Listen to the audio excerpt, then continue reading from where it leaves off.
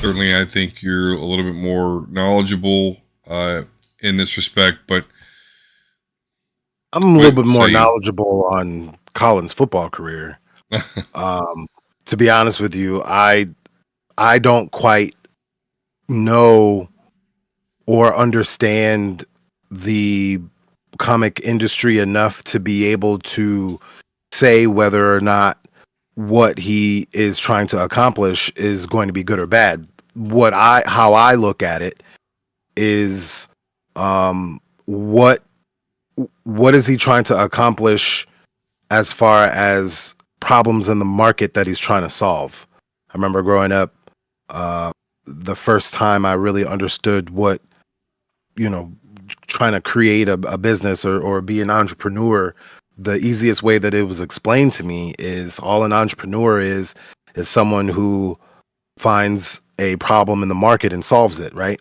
So to me, based off of what he's saying and my personal attempts to not necessarily make a comic book, but on the history of the show, I've made mention many times that I would love to have a animated adult cartoon show. And I ain't about to animate that. I probably won't even write the jokes. I want to voice it, but I want to have some input, creative input, and da da da da da. I wouldn't know where to begin. But if there was an opportunity for me to be able to get a show off the ground using the services that Lumi is saying they're able to provide, including animation, what would I need y'all for? You know what I mean? And then on top of that, for the animators that are out there, right? How much are you charging? And considering that I'm trying to save money to move where I want to move, and if I had this creative idea, how am I going to afford you to animate my show? So what do we do when I'm at this impasse? I just got to sit here and wait for, someone to fall in my lap that cares about my adult cartoon show as much as me? No. That's tough. That's probably why a lot of, stuff that is a lot of content that is being created, and especially the stuff that we find that is new, it's not made by a studio. I mean, we'll use a terrible example, but a good example, Hawk Tuah Girl, right? I don't even like calling her that because it Right. was the stupidest viral moment ever, but I can't blame her for that in this case. Yeah, But she was you know, created. she based off of that random thing, now she's been being given the mainstream avenues. The mainstream avenues are opening up because of her marketability. But maybe my comic isn't marketable. This kind of reminds me of like Gamergate, right? And the before it got well, I mean, it was political the whole time, but before it got really like right wing political weirdo stuff, the basis of this was an indie game that was really weird, got high praises, like it was a good game. I wouldn't say it wasn't a good game, but I'm saying like a AAA game. That's what I meant. Hmm. And I don't even think the praises were of a AAA game. I think someone was understood what this independent indie small game that this girl made, understood the point, appreciated the creativity of it, and didn't sit there and trash it, right? Of course, it's not going to be the highest selling PlayStation 5 game with the graphical fidelity of moving pictures from the eyes, you know what I mean? But it was probably a good game for what it was and for what audience it was trying to serve, and that was the whole point of that. And that turned into, oh, all the media is just these girls are just having sex with everybody just to get good remarks for their indie game. Like, it's really weird, right?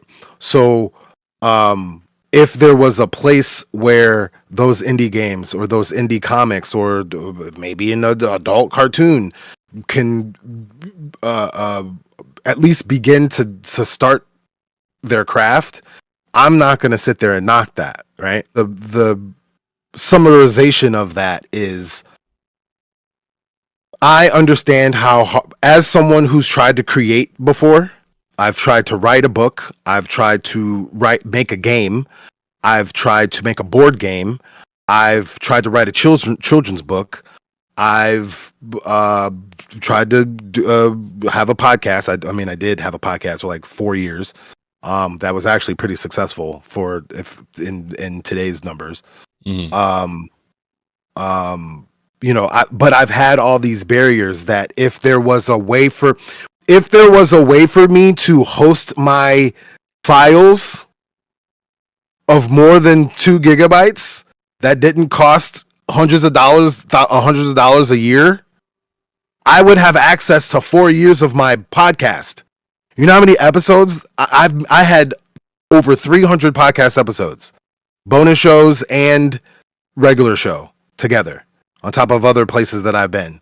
And I can only show you maybe 5 of the most recent terrible episodes that I had to end my podcast with. So if there was a way to get into that industry, and there's ways now, Spotify and YouTube and all that kind of stuff like that. I got in right before that, and I didn't really understand how to leverage YouTube for a podcast. If I would have had just thought, hey, just record this while Right. doing the show, and then they could see you. That like if that wasn't the medium back then. You got your podcast from the podcast app on Apple. So if I put this shit on YouTube, ain't nobody gonna watch this. And then that turned into the thing, all of it in the middle of it, all the blue. And guess what I didn't do? I didn't adapt. Now I have absolutely nothing to show for anything that I did for those 4 years. And those were amazing, bro. My show was great. Right on. So, and the chemistry we had on it was great. So anyway, that's it. He's figuring out a way to lower barriers to enrich himself. So and then whenever I bring up economics, right, and talk about how terrible capitalism is, and everybody knows how terrible capitalism is, right? But you say that's what you got to do it. So then someone does capitalism, and you're like, that's so terrible, right? So then on top of that, the part that bugs me is how people use what happened to him in the NFL as a way to dig at him for Lumi.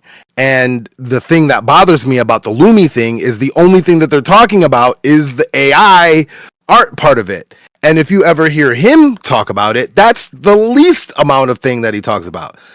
You have the ability to use the AI services, but he's really trying to do the merchandising and the distributing and the all the other stuff around the business aspect of it that you don't have to handle, that as a creative I did not want to handle. And it wasn't that I can't edit, it's just I don't want to do that shit. And I don't want to pay an editor. So I figured out that was my way to get past barriers. Yeah. So if Colin Kaepernick is figuring out a way for creatives to get past barriers, creatives that have maybe tried to work with Marvel, creators that maybe have tried to work with DC, creators that there's this black creator, when this Lumi thing came up, this was something that I thought of. I think I mentioned this to you before, but the Black Sands comics, where it was it was like African mythology superheroes. Mm-hmm. In like ancient Egypt or whatever, and like there's these kids who are like sons of not necessarily gods, but they have like god-like powers, and it's a very interesting comic. It's a really good comic for as many issues as I was able to get for free. You know what I mean? And I donated to them. And I haven't kept up with it, so I'm pretty sure they got more stuff now. But it's stuff like that. That guy had to create his own and go through this and da da da da da da. And granted, he was successful, but how many other people don't even want to be that big, but just want to create and have their stuff out there? But there's barriers somewhere, and all he's doing is just alleviating that. Omega Level Nerd Don here, and I want to invite you to watch the whole show. Omega Level Nerds podcast. Just click right there on the video. And if you haven't already, it would help us out a ton. Subscribe to the channel, like this video, give us a comment, even if it's just to say hi. We really need your help to get through the hated rhythm. Thank you so very much, and we'll see you on the next Omega Level Nerds.